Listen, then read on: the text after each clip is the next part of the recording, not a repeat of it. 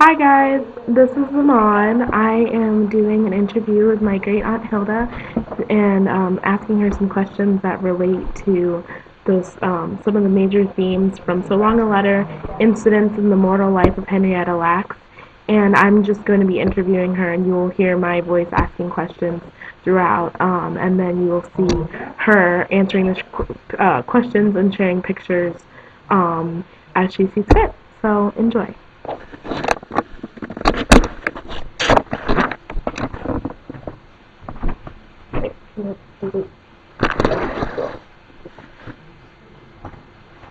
Okay.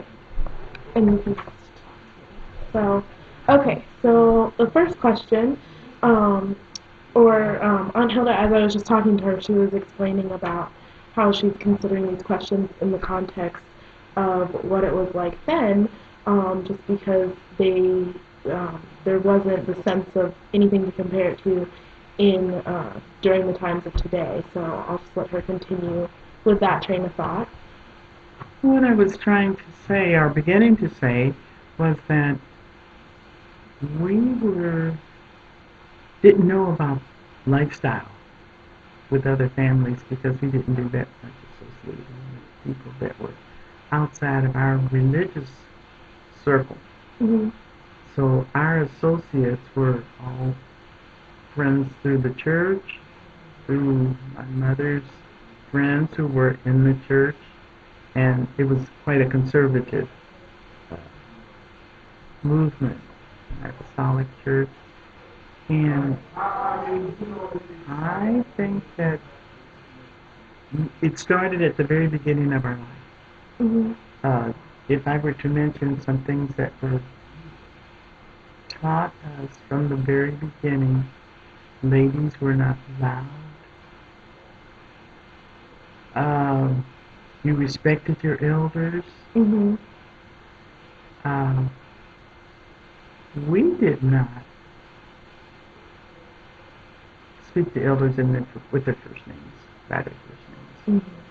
Mm-hmm. My dad would say, put a handle on that. Mm-hmm. One young lady was a cousin to us, and she was our age, and she spoke of him as Robert Vanny. And one day my father heard her speaking of him as Robert, Mm-hmm. and she called him Little Fanny. They were her cousins, but my mother and her father were born the same year, although they were aunt and uncle. I Mm-hmm. mean, aunt and nephew, because he was the youngest child in her father's family, and she was the only child in her family. So these girls just thought they could call him Robert and Fanny like their parents did. But my dad said, who is that called me? And Patricia said, mm-hmm.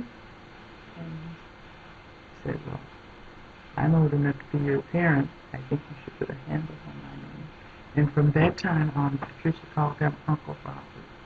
He is not her uncle at all. Was not. Still not. She's living. But she changed that. She called him Uncle Robert.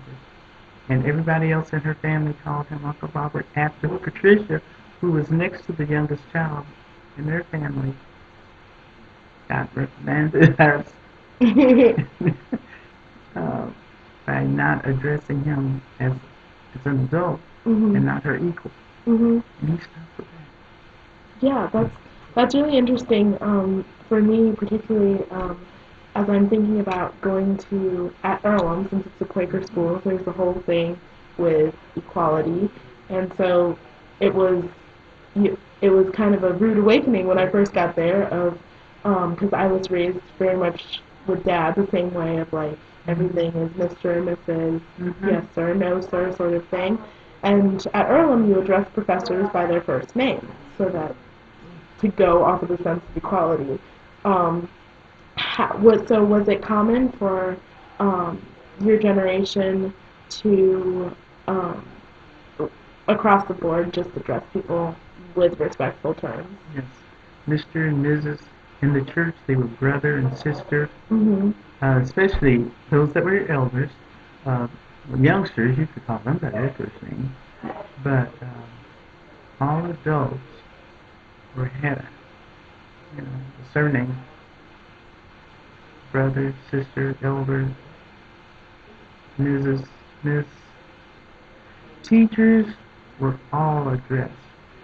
I was so surprised when my daughter began teaching in a private school in New York City, and the children all called their instructors by their first names. Children would say, Sybil, and that was so unusual. I thought, we never called our teachers by their first name. It was some jesting or joking behind their backs,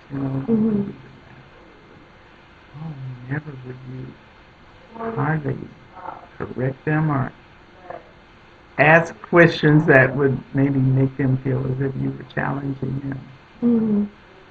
So there was a type of respect that you don't see today, even when I talk. Yeah. There was, in one of the books we read, The Immortal Life of Henrietta Lacks, she was growing up in the 40s, and one of the things that they said throughout the book was that during that time there was a sense of, like, kind of reverence for doctors, and, like, you don't question what they tell you, even if you don't feel like it's right with your body or whatnot. Was there the same level of respect for doctors and other figures of authority? I can't speak to that, Iman, and this is probably quite strange. Our experience with a doctor was minimal. We believed in faith, and unless it was something that was required through school or something, we just did not see a doctor. And fortunately, we grew up, most of us, without serious illness. I think my sister Ida probably had the weakest immune system as any of us. There were 5 of us kids. And I think she was the one that had the most illnesses. But the rest of us, I went through high school and never had a day of absence. Wow. I had few before then. But we just weren't sick. And went through just, I think, kind of an unusual reaction and interaction with people because of the restrictions and the way that we were taught that we trusted God for deliverance and healing. So even childhood diseases that we had, we never had any serious repercussions.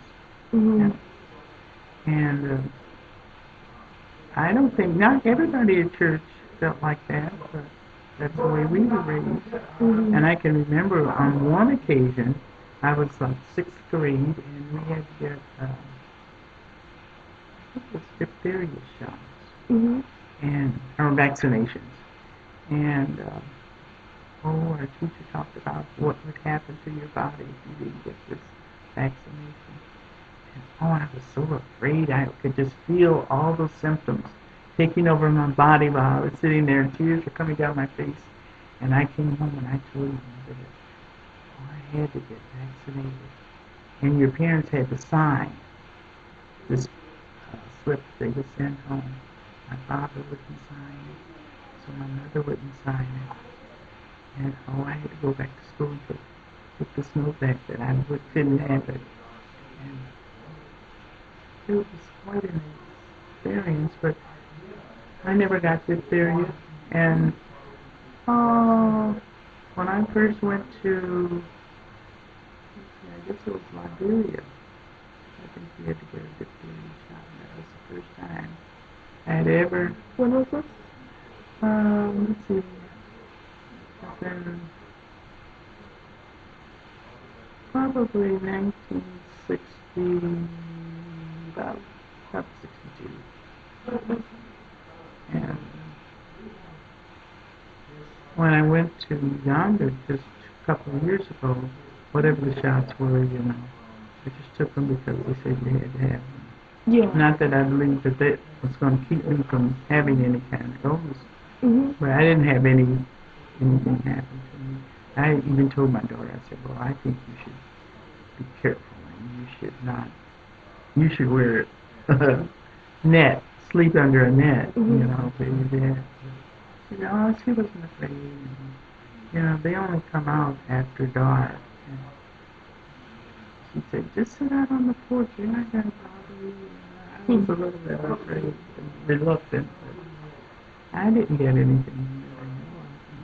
I haven't had any reaction. So that's how I was growing up.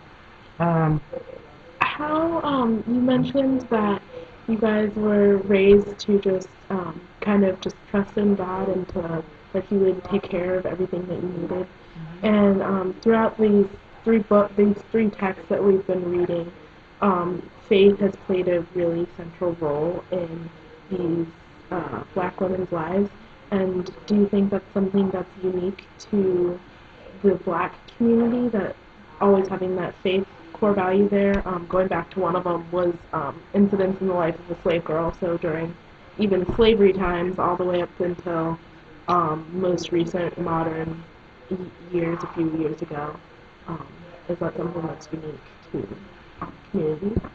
I don't think it's unique to our community, but unique to life in general, that they were more religious, I think, in all aspects of their life. Mm-hmm. Because I have a friend who grew up in North Carolina, mm-hmm. and she talks about the things that they did in their family and in church. And I thought, really? And I think they were Baptist. But we saw a great distinction between Apostolic and Baptist, mm-hmm. because they would go to movies. We didn't grow up going to movies. I was an adult before I was ever in a theater, mm-hmm. A movie theater. And why was that? Was it just the times they hadn't been? They thought that was separation from you and the world, worldly pleasures. We went to concerts. I can remember going to hear Philippa Schuyler, who was a pianist, child prodigy. Her father was George Schuyler, who was a journalist with the Pittsburgh Courier. And that was held at the Circle Theater in Indianapolis, and we attended that. But as far as movie theaters, we did not participate. We went to hear the symphony orchestra. I think mostly cultural things. If they were held at a theater, we went because my parents thought that was good exposure. Mm-hmm. What were activities or things that were seen as good cultural values or upholding cultural morals or traditions or whatever? What were some of those things? This varied from individuals how they interpreted the teaching.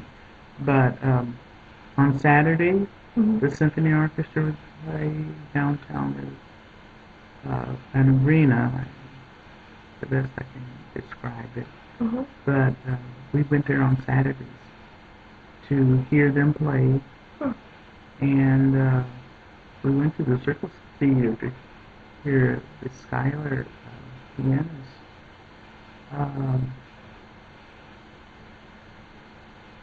If there were religious programs held at some other churches, we took piano lessons, and so whenever we had a recital, most of the recitals were held at the church.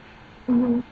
So we participated in that, and we attended all of those.